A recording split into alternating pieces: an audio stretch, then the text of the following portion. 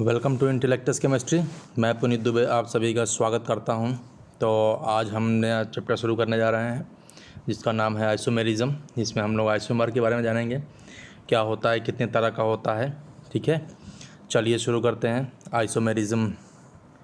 तो पहले हम लोग उसका एक इंडेक्स देख लेते हैं कि हम आज की वीडियो में क्या क्या देखेंगे हम आइसोमेरिज्म से। तो आइसोमेरिज्म में सबसे पहले इंट्रोडक्शन देखेंगे कि आइसोमर क्या होता है और आइसोमेरिज्म क्या होता है, और क्लासिफिकेशन उसका कि आइसोमर का क्लासिफिकेशन क्या होता है, कितने तरह के होते हैं, क्या क्या टाइप्स होते हैं।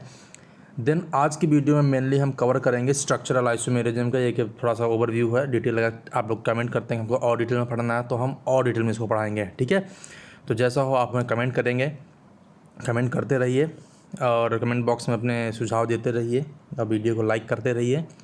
ठीक है, तो आज का जो हम स्ट्रक्चरल आइसोमेरिज्म देखेंगे उसमें हम चेन आइसोमेरिज्म देखेंगे, position, ring chain, functional, metamerism और टाटोमेरिज्म। इतने बारे में हम आज स्ट्रक्चरल आइसोमेरिज्म को आज हम कवर करेंगे आज की वीडियो में। चलिए शुरू करते हैं आइसोमेरिज्म। तो व्हाट इज़ आइसोमर, तो उसके पहले हम देख लेते हैं कि इसको दिया किसने था। The name was given by Berzelius. Name isomerism is given by Berzelius कि ये आइसोमेरिज्म होता है, ये आइसोमर होता है। चलिए, two or more than two organic compounds having the same molecular formula and same molecular weight but different physical and chemical properties are called the isomers। मतलब कि ऐसे कंपाउंड जिसका तो ऑर्गेनिक मॉलिकुलर फार्मूला सेम होता है और उसका molecular weight भी सेम होता है, लेकिन उसका जो फिजिकल और केमिकल प्रॉपर्टीज़ होते हैं वो अलग अलग होता है, वो डिफरेंट होता है। तो उसको क्या बोलते हैं, आइसोमर। एंड द फेनोमेना, इस जो वेरी करने का जो उसका फेनोमेना है, ऐसी क्वालिटी है, उसको क्या बोलते हैं, आइसोमेरिज्म। तो इस तरह से हम ऑर्गेनिक कंपाउंड्स में बहुत सारे देखते हैं, थोड़ा स्ट्रक्चर चेंज हो जाता है लेकिन फार्मूला सेम होता है, मॉलिकुलर वेट सेम होता है। तो उसी के बारे में हम चर्चा करेंगे। तो अब देखते हैं इसका क्लासिफिकेशन क्या क्या है। तो आइसोमेरिज्म हम दो तरह से देख लेते हैं, स्ट्रक्चरल आइसोमेरिज्म और स्टीरियो आइसोमेरिज्म। ठीक है, स्ट्रक्चरल आइसोमेरिज्म में कौन कौन से पार्ट होते हैं इसके, chain, position, ring chain, functional, metamerism and tautomerism. और बात करते हैं स्टीरियो आइसोमेरिज्म की, तो इसमें दो पार्ट आते हैं, कन्फिगरेशनल और कन्फॉर्मेशनल। दो स्टीरियो आइसोमेरिज्म हो गए। अब कन्फिगरेशनल की बात करते हैं तो ज्योमेट्रिकल आइसोमेरिज्म और ऑप्टिकल आइसोमेरिज्म, दो इसके पार्ट हो जाते हैं। ठीक है, तो आज हम जो पोर्शन कवर करने वाले हैं वो कितना ये स्ट्रक्चरल आइसोमेरिज्म क्या होता है और इसके जितने टाइप्स हैं विद एग्जांपल हम देखेंगे। चलिए आगे देखते हैं स्ट्रक्चरल आइसोमेरिज्म और द कॉन्स्टिट्यूशनल आइसोमेरिज्म। इसको दूसरा नाम इसका क्या है, constitutional isomerism. The term constitution refers to the number, kinds and connectivity of the atom in a molecule. The connectivity describes which atom is bonded to which atom in a molecule. मतलब कि जो constitutional नाम दिया गया है वो किस basis पे दिया गया है, किसी भी मॉलिक्यूल में जो एटम किस एटम से जुड़े हुए हैं, कौन सा एटम किसके साथ जुड़ा हुआ है, इसकी जो कनेक्टिविटी है यही हमारा कॉन्स्टिट्यूशन देता है। उस टर्म का मतलब है कॉन्स्टिट्यूट का मतलब कि वो किससे किससे जुड़ा हुआ है, और इसी की बेसिस पे इसको नाम दे दिया गया है एक constitutional isomerism. The isomers which differs in the connectivity of their atoms. मतलब जब एटम्स का बस कनेक्शन बदलेगा तो उस तरह का जो आइसोमेरिज्म होता है उसको बोलते हैं स्ट्रक्चरल आइसोमेरिज्म और कॉन्स्टिट्यूशनल आइसोमेरिज्म। तो यहाँ पे हमने लिखा है डिफर इन द कॉन्स्टिट्यूशन और connectivity of their atoms are called constitutional isomerism, and this phenomena isomers and this phenomena is known as the constitutional isomerism। इसकी जो होने की प्रवृत्ति है उसको बोलते हैं constitutional isomerism। चलिए अब इसका पहला टाइप जो आता है वो क्या होता है, चेन आइसोमेरिज्म। बहुत इंपॉर्टेंट है। अब जितने भी आएंगे आइसोमर के हिसाब से देखा जाए तो ये सारे आइसोमेरिज्म, सारे आइसोमर्स जो होते हैं बहुत फेमस है, बहुत इंपॉर्टेंट है। चाहे वो मेडिकल का एग्ज़ाम दे, चाहे हम नीट का एग्ज़ाम दे, या किसी भी यूनिवर्सिटी का, यूजी का, पीजी का जो हम एंट्रेंस एग्ज़ाम देते हैं वहाँ पे इसका बहुत पूछा जाता है और ये बहुत इंपॉर्टेंट है। ओके, तो चलिए शुरू करते हैं हम लोग चेन आइसोमेरिज्म के बारे में। The compounds which have the same molecular formula, same functional group and same position of the functional group और द मल्टीपल बॉन्ड्स और the substituent. But what is the difference, जब सब कुछ सेम है तो डिफरेंट क्या है, arrangement of the atom, arrangement of the carbon chain. ठीक है, arrangement of atom of carbon, और you can see that arrangement of carbon chain, different parent name of the compounds shows the chain isomerism मतलब कि उसका molecular formula same है, functional group same है, even functional group का position same है और multiple bond है वो भी सेम है, सब्स्टिट्यूएंट भी सेम है। तो डिफरेंस कहाँ पे आ रहा है, जो कार्बन चेन का जो अरेंजमेंट है वो, मतलब कि कभी 6 है तो अब वो 4 भी हो सकता है, तो कुछ इन सब्स्टिट्यूएंट के फॉर्म में आ जाएंगे। वही सारी चीज़ें हैं जो चेन आइसोमेरिज्म में आते हैं, जो कि कह रहा है different arrangement of the carbon chain और different parent name of the compound shows the chain isomerism. ये चेन आइसोमेरिज्म एग्जाम्पल देखते हैं इसका क्या होता है। तो आपके सामने पहला एग्जाम्पल है स्क्रीन पे। तो पहला हमने यहाँ पे दिया ब्यूटीन 4C, ब्यूटेन लिखा हुआ ब्यूटीन होगा यहाँ पे। तो ये क्या हो गया, ब्यूटीन 4C के लिखने का मतलब है कि ये 4 कार्बन का है, 1 2 3 4 कार्बन दिख रहा है। तो ब्यूटीन हो गया, ब्यूटीन 1 पोजीशन पे है। यहाँ पे भी टर्मिनल एल्कीन है, देख रहे हैं, बट चेंज क्या हुआ यहाँ पे, पेरेंट चेन यहाँ पे 4 कार्बन की थी और यहाँ पे कितना है, 3 कार्बन का। अब यहाँ पे क्या हुआ, 2 मिथाइल 1 प्रोपीन, नंबरिंग करेंगे 1 2 3, यहाँ पे क्या किए थे 1 2 3 4, ठीक है। तो ये हो गया हमारा, यहाँ पे पेरेंट नेम चेंज हुआ, ब्यूटेन था, यहाँ पे क्या हो गया प्रोपेन। एक मिथाइल ग्रुप उठ के चला आता है किसमें, एज ए सब्स्टिट्यूएंट। और बॉन्ड की बात करते हैं तो टर्मिनल बॉन्ड यहाँ भी है, टर्मिनल बॉन्ड यहाँ भी है, तो दोनों का जो पोजीशन है वो भी सेम है। दूसरा एग्जांपल 1 ब्यूटेनॉल, ठीक है, 4 कार्बन यहाँ भी है। अब यहाँ पे ई देते हैं तो 2 मिथाइल 1 प्रोपेनॉल, 3 कार्बन की है, यहाँ पे 4 कार्बन की पेरेंट चेन थी, यहाँ पे 3 कार्बन की पेरेंट चेन है। तो चेंज कहाँ पे आ रहा है, बस उसके पेरेंट नेम में, पेरेंट कार्बन चेन के नंबर में। पेरेंट चेन 4 कार्बन की है, 3 कार्बन की है, उसके अकॉर्डिंग नेमिंग चेंज होगा। तो इस तरह का जो एग्जाम्पल आता है उसको बोलते हैं चेन आइसोमेरिज्म। चलिए अब दूसरा देखते हैं, पोजीशन आइसोमेरिज्म। ये क्या होता है, the compounds which have the same molecular formula, same functional group, same parent chain but different in the position of the functional group or the multiple bond or the substituent shows the position isomerism। वहाँ पे ये सारी चीज़ें same थी, अब यहाँ पे difference आएगा कि मॉलिक्यूलर फार्मूला सेम है, फंक्शनल ग्रुप सेम है, ठीक है। और चेंज क्या हो रहा है यहाँ पे, पोजीशन ऑफ फंक्शनल ग्रुप जो कि चेन आइसोमेरिज्म में सेम थी, यहाँ पे फंक्शनल ग्रुप का पोजीशन चेंज होगा और द मल्टीपल बॉन्ड का पोजीशन चेंज होगा या फिर सब्स्टिट्यूएंट का पोजीशन चेंज होगा, इसलिए इसको नाम दे देते हैं पोजीशन आइसोमेरिज्म। अब इसका एग्जांपल देख लेते हैं कैसे हो सकता है इसका एग्जांपल। यहाँ पे देखिए ब्यूटीन 1 बोल रहे या ब्यूट 1 इन बोल रहे, 4 कार्बन की है, यहाँ भी 4 कार्बन का है, तो पेरेंट नेम सेम है, ब्यूटीन, ठीक है। अब देखिए बॉन्ड का जो पोजीशन है, यहाँ पे पोजीशन 1 पे है, बट यहाँ पे पोजीशन क्या है, 2 पे है, तो इसका पोजीशन चेंज हुआ 1 to 2, तो इसीलिए इसको बोलते हैं पोजीशन आइसोमेरिज्म। दूसरा देखते हैं, फंक्शनल ग्रुप यहाँ पे नंबर 1 पे है, 1 2 3 4, ठीक है। अब ये हाइड्रोक्सिल ग्रुप चेंज होके आ जाएगा नंबर 2 पे, तो ये पोजीशन आइसोमेरिज्म में है, क्योंकि यहाँ पे पोजीशन 1 पे था, अब यहाँ पे पोजीशन 2 पे है, तो यहाँ पे 2 ब्यूटेनॉल होता है और यहाँ पे 1 ब्यूटेनॉल, इसीलिए इसको बोलते हैं पोजीशन आइसोमेरिज्म। अब एक एग्जांपल हम लेते हैं जिसमें क्या क्या आइसोमेरिज्म, जब तक 2 पढ़े हैं उसमें क्या क्या आ सकता है। पहला एग्जांपल है हमारा यहाँ पे C6H14, मतलब सीधे सीधे ये एल्केन है और यहाँ पे हेक्सेन है, 6 कार्बन की है, तो यहाँ पे क्या हो गया हेक्सेन। इसके 5 आइसोमर होते हैं और पांचों आइसोमर आपकी स्क्रीन पे है। यहाँ पे सिंपली हेक्सेन है, यहाँ पे 2 मिथाइल पेंटेन है, यहाँ पे 3 मिथाइल पेंटेन है, यहाँ पे 2,3 डाईमिथाइल ब्यूटेन है, 2,2 डाईमिथाइल ब्यूटेन है, ठीक है। 5 आइसोमर आपके पास है, ABCDE मैंने नेम दिया हुआ उसको। अब देखते हैं किसमें क्या रिलेशन है। ए और बी की बात करते हैं तो 6 कार्बन की और 5 कार्बन की। बी और डी की बात करते हैं तो बी में हमारा 5 कार्बन का है, डी की बात करते हैं तो 4 कार्बन की है। ए और सी की बात करते हैं अगर, तो ए में हमारा 6 कार्बन की है और सी भी हमारा 5 कार्बन की है। और सी और डी क्या है हमारे, सी हमारे 5 कार्बन की है और डी हमारा 4 कार्बन का है। तो बेसिकली यहाँ पे पेरेंट नेम चेंज हो रहा है, तो ये कैसे हो जाएंगे, चेन आइसोमेरिज्म शो करेंगे।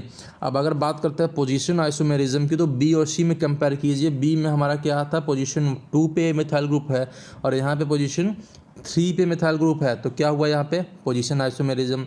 दूसरा अगर डी और ई में बात करते हैं तो 2,2 डाईमिथाइल ब्यूटेन, 4 कार्बन की है, पोजीशन चेंज करते हैं तो 2 अलग अलग पे है, 2 और 3 पोजीशन पे है। और अगर ई में बात करते हैं तो यहाँ पे नंबर 2 पे ही 2 सब्स्टिट्यूएंट लगे हुए हैं, इसलिए इसमें भी क्या होगा हमारा पोजीशन आइसोमेरिज्म। तो ये हमारा बेसिक एग्जांपल एक मैंने लेके समझाया है। यहाँ पे 5 आइसोमर होते हैं किसके, हेक्सेन के, एन हेक्सेन के 5 आइसोमर हैं। और पांचों का आपस में क्या रिलेशन है, कौन कौन चेन आइसोमेरिज्म शो कर रहा है, कौन कौन पोजीशन आइसोमेरिज्म शो कर रहा है, वो हमने बता दिया। इसी तरह से हमको हर एग्जाम में हर एग्जाम्पल को कंपेयर करना है जो भी हमारे एग्जाम में पूछा जाता है।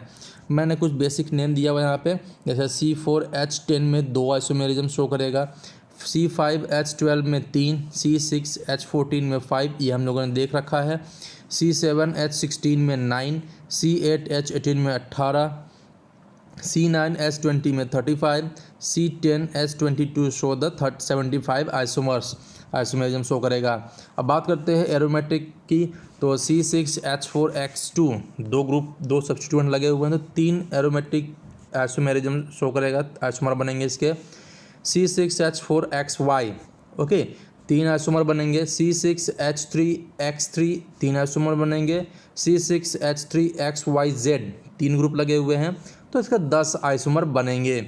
ओके, एक एग्जांपल हमने दिया हुआ यहाँ पे, C8H10 has the 4 aromatic isomers, कैसे कैसे बनेंगे, 4। तो ये हमारा इसका बेसिक एग्जाम्पल हो गया, बेसिक स्ट्रक्चर हो गया इसका। तो 2 मिथाइल ग्रुप हमने जोड़ रखे हैं यहाँ पे, ठीक है, हाइड्रोजन बैलेंस हो गया पूरा और कार्बन भी बैलेंस हो गया। तो ये हमारा अकेले 3 आइसोमर शो करेगा, क्या क्या, ऑर्थो जो लगा दिख रहा है यहाँ पे लगा, तो मेटा, ये मेटा पोजीशन हो गया, और ये पैरा पोजीशन, 3 अकेले ये आइसोमर शो करेगा। दूसरा, अगर हम इसको CH3 को CH2 पे जोड़ देते हैं तब जाके एक आइसोमर ये बनेगा, जो कि हमारा टोटल 4 आइसोमर ये शो करेगा, आइसोमर बनाएगा। तो 4 आइसोमरिज्म यहाँ पे देखते हैं, ठीक है। चलिए आगे देखते हैं, रिंग चेन आइसोमेरिज्म, ये क्या होता है। जैसा कि नाम से ही पता चल रहा है कि रिंग और चेन, मतलब कि चेन और रिंग दोनों में आपस में इंटर रिलेशन होगा उसका। कैसे होता है देखते हैं। Same molecular formula but different mode of linking, open chain और close chain of the carbon atom. Molecular formula तो सेम है, वेट भी सेम होगा, लेकिन डिफरेंस कहाँ पे होगा, उसका जो इंटरलिंकिंग है बीच में, कार्बन कार्बन के बीच का, कार्बन एटम्स के बीच में, वो चेंज होगा, वो डिफरेंस हो जाता है। फॉर एग्जांपल मैंने बेसिक एग्जांपल लिया है, मिनिमम 3 कार्बन का ही ये रहेगा, तभी ये रिंग आइसोमर और रिंग चेन आइसोमेरिज्म शो करेगा। वैसे भी 3 ही मिनिमम रिक्वायरमेंट है, 3 कार्बन का होगा तभी वहाँ पे आइसोमर बनेगा, ठीक है। तो यहाँ पे क्या हुआ, C3H6 ये हमारा है, और ये हमारा एक एल्कीन N के फॉर्म में आता है, एल्कीन के फॉर्म में, जो कि प्रोपीन बनता है, प्रोपीन 1 या प्रोप1इन, ठीक है। तो ये ओपन चेन का एग्जांपल है। अब अगर हम इसको क्लोज चेन करते हैं तो ये बनेगा साइक्लोप्रोपेन, क्लोज चेन है। तो ये दोनों लोग आपस में रिंग चेन आइसोमेरिज्म को शो करते हैं। दे have same molecular formula, so they R ring chain isomerism, formula same है, वेट भी सेम है, तो यहाँ पे ये आपस में क्या करते हैं, रिंग और चेन आइसोमेरिज्म शो करते हैं। अब इसमें एक स्पेशल पॉइंट आते हैं, कुछ देख लेते हैं। एल्कीन विथ साइक्लो एल्केन्स, मतलब अगर एल्कीन एग्जांपल में देता है तो रिंग चेन में एल्केन होगा, साइक्लो एल्केन होगा। एल्काइन देता है एल्काडाइंस, जिसको हम लोग बोलते हैं, जो कि कॉमन नेम्स में हम लोगों ने देख रखा है, नहीं देखा होगा तो मैं डिस्क्रिप्शन बॉक्स में उसका लिंक देने की कोशिश करूँगा, आप देख लीजिएगा वहाँ पे। विथ साइक्लो एल्कीन, ठीक है, एल्काइन क्या बनेगा, cyclo alkene, show the ring chain isomerism. ये आपस में एक दूसरे का इंटर कन्वर्टेड स्टेट है, जैसे कि एल्कीन जाएगा साइक्लो एल्केन में, एल्काइन जाता है साइक्लो एल्कीन में, ठीक है। एल्काइन जाता है हमारा किधर, साइक्लो एल्कीन में। तो एक रिंग हो गया, ये रिंग हो गया, और ये चेन के फॉर्म में हो गया। दूसरा point, ring chain isomers are also the functional isomers but priority is given to the ring chain isomerism को। मतलब कि अगर हम बात करते हैं तो एक डबल बॉन्ड का साथ है, एक सिंगल बॉन्ड, एक ट्रिपल बॉन्ड होगा तो दूसरा डबल बॉन्ड, तो फंक्शनल ग्रुप भी चेंज हो रहा है। मतलब फंक्शनल ग्रुप वो ग्रुप नहीं है, बॉन्ड के फॉर्म में भी एक फंक्शनल आइसोमेरिज्म हो सकता है, इसलिए यहाँ पे दिया गया है कि ये फंक्शनल आइसोमर भी हो सकते हैं, लेकिन प्रायोरिटी हम किसको देंगे, रिंग चेन आइसोमेरिज्म को।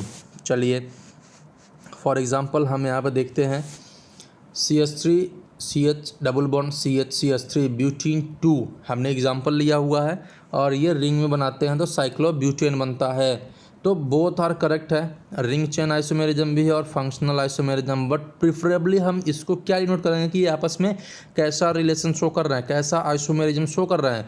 तो इसको हम जो नाम देते हैं वो रिंग चेन आइसोमेरिज्म हमारा प्रिफर्ड होता है, जो कि मैंने यहाँ पे पॉइंट आउट किया हुआ है। चलिए आगे देखते हैं। अगला आता है हमारे पास फंक्शनल आइसोमेरिज्म। फंक्शनल आइसोमेरिज्म नाम से ही जैसा कि पता चल रहा है कि फंक्शनल मीन्स फंक्शनल ग्रुप से रिलेटेड होगा। तो इसका डिस्क्रिप्शन में देखते हैं, same molecular formula but different functional group. ठीक है, तो मॉलिकुलर फार्मूला तो सेम होगा लेकिन फंक्शनल ग्रुप क्या होगा वो बदल जाएगा। Following compound show the functional isomerism as they have same molecular formula and different functional group. तो आगे हमने कुछ फंक्शनल ग्रुप का आपस में जो आइसोमेरिज्म शो करते हैं उसका एग्जाम्पल, उसका नाम दिया हुआ है, देखिए उसको। अल्कोहल के साथ ईथर शो करता है, जिससे कि हमने यहाँ पे इथेनॉल लिया है और ये डाइमिथाइल ईथर बनाता है। तो हाइड्रोजन भी बैलेंस है, ऑक्सीजन भी बैलेंस है। फार्मूला लिखेंगे तो भी सेम है, चाहे हम CH3CH2OH लिख दें या फिर C2H5H6O लिखें, तो दोनों हिसाब से ये सेम है, या C2H5OH लिख दें, फार्मूला तो सेम बन रहा है, मोलिकुलर वेट भी सेम है, लेकिन फंक्शनल ग्रुप चेंज है। यहाँ पे अल्कोहल ग्रुप है और यहाँ पे ईथर ग्रुप है। तो दोनों आपस में क्या शो कर रहे हैं, फंक्शनल ग्रुप आइसोमेरिज्म शो कर रहे हैं। दूसरा नेम है एल्डिहाइड और कीटोन्स का आपस में है, ये दोनों लोग शो करते हैं, जैसे कि हमने यहाँ पे लिया हुआ है प्रोपेनल्डिहाइड और एसीटोन में। तो ये क्या है आपस में फंक्शनल ग्रुप, यहाँ पे एल्डिहाइड ग्रुप है और यहाँ पे कीटोन ग्रुप है, आपस में ये एसीटोन। ठीक है, तो ये हमारा फंक्शनल ग्रुप आइसोमेरिज्म है। एसिड और एस्टर यहाँ पे हमने लिया हुआ है, क्या क्या, इथेनोइक एसिड और यहाँ पे मिथेनोएट लिया हुआ है। हमारा जो फंक्शनल ग्रुप है ईस्टर शो कर रहा है यहाँ पे। ठीक है, तो एसिड और एस्टर में शो कर रहे हैं। इसी तरह से हमारा अगला है साइनाइड और आइसोसाइनाइड का आपस में, CH3CH2CH2CN लिया हुआ है। अब यही चीज़ हमारा आइसोनाइट्राइल में बन जाएगा, तो आइसोसाइनाइड हो गया। नाइट्रो और नाइट्राइट में एग्जाम्पल भी हमने यहाँ पे दे रखा है, CH3CH2NO2। और यहीं पे हम ऑक्सीजन की वैलेंसी चेंज के, यहाँ पे क्या हुआ, ये कार्बन एटम जुड़ा हुआ है नाइट्रोजन से और यहाँ पे ये कार्बन एटम जुड़ता है किससे, ऑक्सीजन से। तो यहाँ पे फंक्शनल ग्रुप चेंज हो जाएगा, N से जुड़ेगा तो नाइट्रो, O से जुड़ेगा तो नाइट्राइट। तो यहाँ पे मॉलिकुलर वेट भी सेम होगा, मॉलिकुलर फार्मूला भी सेम होगा, लेकिन चेंज क्या हो रही है, लिंकिंग, फंक्शनल ग्रुप चेंज हो रहा है कि फंक्शनल ग्रुप कौन कौन सा बदल रहा है, किस में कौन बदल रहा है। अगला एग्जाम्पल है कीटो प्लस इनॉल, दोनों आपस में कीटो और इनॉल का आपस में हो रहा है। जैसे कि हमने एसीटोन ले लिया, अब इसी को हम इनॉल में चेंज करते हैं, यहाँ पे CH2 double bond COH CH3 ये बनता है हमारा। तो एक यहाँ पे कीटोन ग्रुप है और यहाँ पे इन के साथ हाइड्रोक्सिल ग्रुप जुड़ा हुआ है, तो इसे ene plus ol is equal to enol बोल देते हैं। क्या क्या होता है, ene plus ol is equal to enol. तो keto enol functional isomerism show करते हैं। ये टोटोमेरिज्म में भी एग्जांपल आएगा, इसका बहुत फेमस है कीटो इनॉल टोटोमेराइजेशन, जो कि आगे देखेंगे हम लोग। एमाइड और ऑक्साइन आपस में फंक्शनल ग्रुप आइसोमेरिज्म शो करते हैं। फॉर एग्जांपल हमने यहाँ पे एसिटामाइड ले लिया, CH3CONH2, और यहाँ पे क्या होता है हमारा CH2CH डबल बॉन्ड NOH। तो ऑक्साइन क्या होता है, C डबल बॉन्ड N जो बनता है और N के साथ OH ग्रुप जुड़ा रहेगा, तो इसको बोलते हैं हम ऑक्साइन। ठीक है, तो N के साथ हमारा क्या जुड़ जाएगा, हाइड्रोक्सिल ग्रुप जुड़ेगा, तो इसको बोलते हैं ऑक्साइन। तो हमारा एमाइड और ऑक्साइन आपस में फंक्शनल ग्रुप आइसोमेरिज्म शो करते हैं। अगला एग्जांपल है प्राइमरी, सेकेंडरी और टर्शियरी एमीन्स का।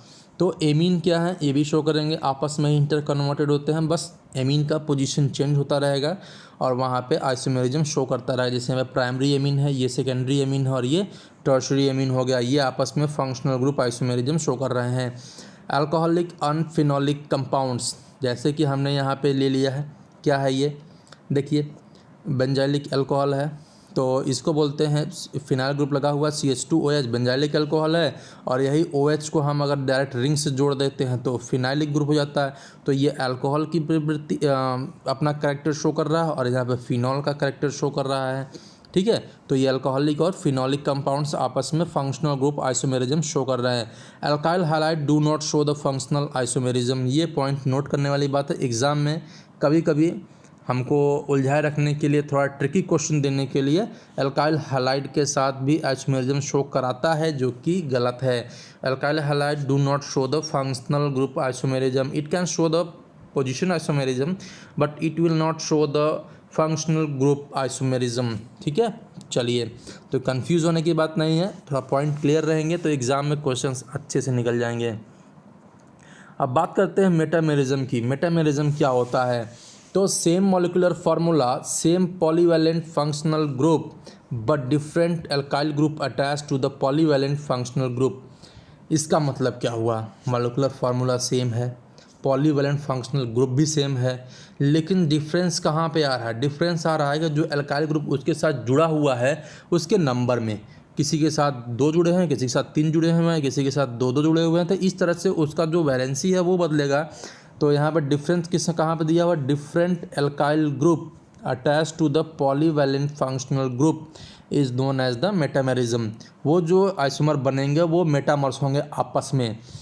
तो जैसे कि हमने कुछ नाम दिया हुआ है, polyvalent functional groups more than 1 valency such as ether, thioether, aldehyde और कीटोन, कुछ भी नाम दे देंगे इसको। ये कार्बोनिल ग्रुप मान लेते हैं, एसिड ग्रुप है, यहाँ पे एमाइड ग्रुप है, एमीन ग्रुप है, ये भी टर्शरी एमीन ग्रुप है, सेकेंडरी एमीन ग्रुप है, एसिड एनहाइड्राइड ग्रुप है, और यहाँ पे एमाइड ग्रुप है। तो इस तरह से हमारा जो पॉलीवैलेंट ग्रुप है, तो इसमें एल्काइल ग्रुप कौन कौन सा जुड़ता है? डिफरेंट एल्काइल ग्रुप जुड़ेंगे, तो ये आपस में क्या होंगे? मेटामेरिज्म शो करेंगे। तो ध्यान देने वाली बात क्या है यहाँ पे? पहली बात कि मॉलिक्यूलर फार्मूला जो सब में सेम होगा, डिफरेंट हमको याद रखना है कि सेम पॉलीवैलेंट जो फंक्शनल ग्रुप है वो तो सेम होगा, लेकिन अलग क्या होगा यहाँ पे, वो ध्यान देने वाली बात है। Different type of alkyl group, मतलब different alkyl groups attach to the polyvalent functional group के साथ जो ग्रुप जुड़े हुए होते हैं। एग्जाम्पल देखते हैं इसका, आइए यहाँ पे। तो अब हमने ईथर का एक एग्जाम्पल ले लिया, जैसे कि यहाँ पे मिथाइल प्रोपेन ईथर दिया हुआ है, तो मिथाइल ग्रुप इधर जुड़ा हुआ है और यहाँ पे एक तरफ मिथाइल जुड़ा हुआ है, एक तरफ प्रोपिल ग्रुप जुड़ा हुआ है। अब दूसरा एग्जाम्पल में क्या, मिथाइल ग्रुप तो है, अब प्रोपिल, ये प्रोपिल ना होकर आइसोप्रोपिल हो गया कि नहीं हो गया? तो ये क्या है? आइसोप्रोपिल है और ये एन प्रोपिल है। तो डिफरेंस क्या हुआ? केवल एल्काइल ग्रुप का, ईथर भी सेम है, ईथर यहाँ पे भी है, ईथर यहाँ पे भी है, मिथाइल ग्रुप यहाँ भी है, मिथाइल ग्रुप यहाँ भी है। डिफरेंस कहाँ पे है? बस इस ग्रुप में, ये एन प्रोपिल है और ये आइसोप्रोपिल ग्रुप लगा हुआ है। तो इस तरह से जाके हमारा वहाँ पर डिफरेंट एल्काइल ग्रुप जुड़ते हैं, तो दोनों आपस में क्या होते हैं? मेटामर्स। ठीक है, अब इसका पॉइंट देते हैं, both are metamers and position isomer. Position isomer कैसे होते हैं?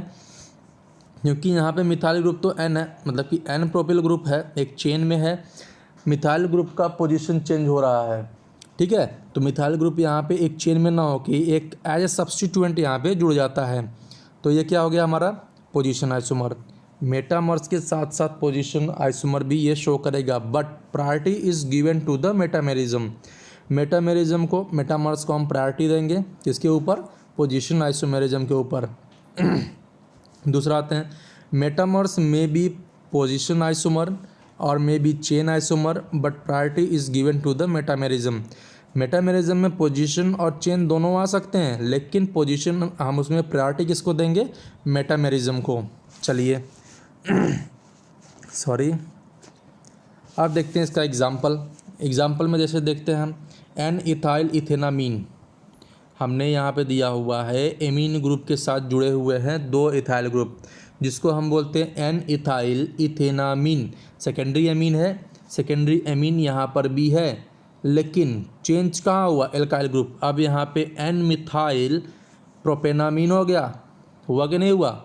हो गया।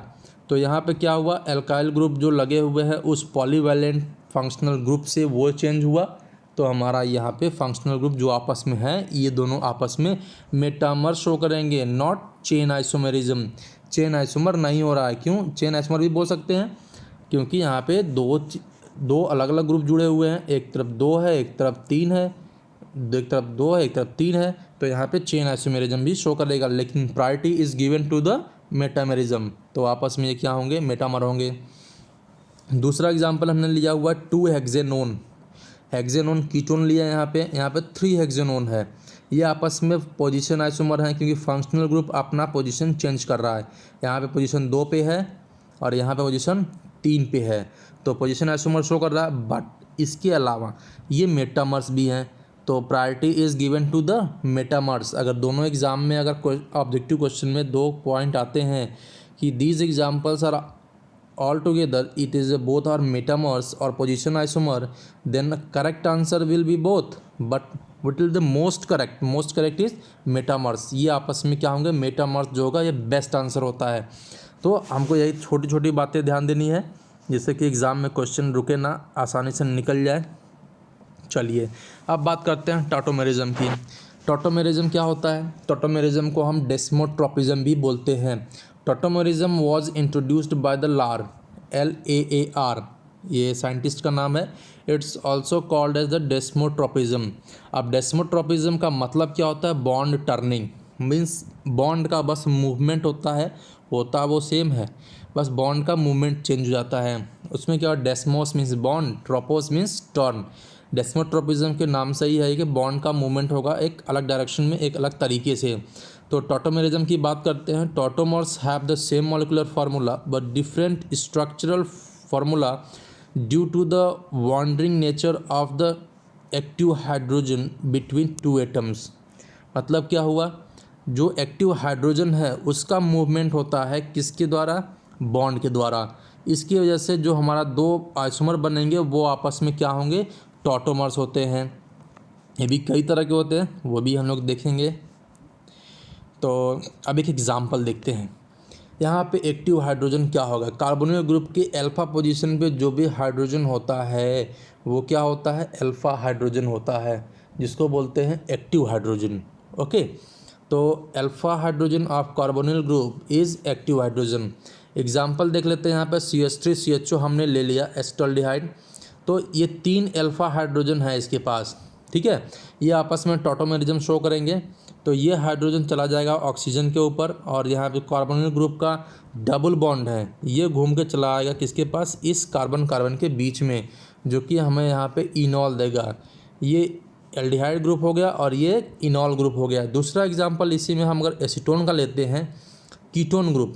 अब यहाँ पे क्या होगा? इनॉल, मैंने पहले ही फंक्शनल ग्रुप में बताया हुआ है, keto enol tautomerism. It's a very famous tautomerism होता है, बहुत पूछा जाता है एग्जाम में।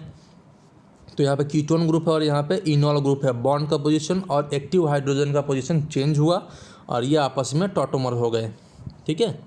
चलिए अब देखते हैं, एक पॉइंट है इसका special point. Tautomers are also the functional isomers and exist in the dynamic equilibrium denoted by double-headed single-headed arrow. Double direction, both bidirectional single-headed arrow is used to show the tautomerism. Okay, by shifting of alpha hydrogen or hydrogen atom pi bond also change its position. Hydrogen का position भी इस pi bond के साथ change होता है। तो ये special points है टॉटोमेरिज्म में, इसको याद रखना है। अब देखते हैं कंडीशंस फॉर द टॉटोमेरिज्म, कब कब ये टॉटोमेरिज्म शो करेगा। ओके, चलिए for carbonyl compounds. Carbonyl compounds के लिए क्या है? Carbonyl compounds having at least 1 alpha hydrogen show the tautomerism. एक हाइड्रोजन होगा अल्फा पोजीशन पे या एक एक्टिव हाइड्रोजन होगा मिनिमम, तो ये क्या शो करेगा? टॉटोमेरिज्म शो करेगा। फॉर एग्जांपल हमने यहाँ पे एसीटोन लिया हुआ है, इसके पास 6 अल्फा हाइड्रोजन है, टॉटोमेरिज्म शो करेगा। दूसरा हमने बेंजोल्डिहाइड लिया हुआ है, तो यहाँ पे अल्फा हाइड्रोजन नहीं है, no alpha hydrogen. Alpha carbon ये है जो जिस कार्बन से ये एल्डिहाइड ग्रुप जुड़ा हुआ है, यहाँ पे कोई भी हाइड्रोजन नहीं है, इसलिए no alpha hydrogen, then no tautomerism. Okay, अब हम बात करते हैं इसकी। तो यहाँ पे बेंजोफिनोन हमने लिया हुआ है, तो बात करते हैं यहाँ पे 3 अल्फा हाइड्रोजन है, इधर नहीं इस तरफ क्या हमारे पास 3 अल्फा हाइड्रोजन है। तो यहाँ पे टॉटोमेरिज्म क्या करेगा? शो करेगा, टॉटोमेरिज्म शो करेगा ये। चलिए अब देखते हैं नाइट्रो कंपाउंड्स के लिए इसकी क्या कंडीशंस है। Nitro compounds having at least 1 alpha hydrogen show tautomerism. ये हमारा नाइट्रो ग्रुप है, -I ग्रुप है, और यहाँ पे 3 अल्फा हाइड्रोजन है, एक यहाँ पे है और 2 ये रहा, 3 अल्फा हाइड्रोजन। तो ये आपस में क्या करेगा? टॉटोमेरिज्म शो करेगा। तो इसको तो बोलते हैं नाइट्रोफॉर्म और इसको बोलते हैं एसी नाइट्रोफॉर्म। एसी नाइट्रोफॉर्म क्या होता है?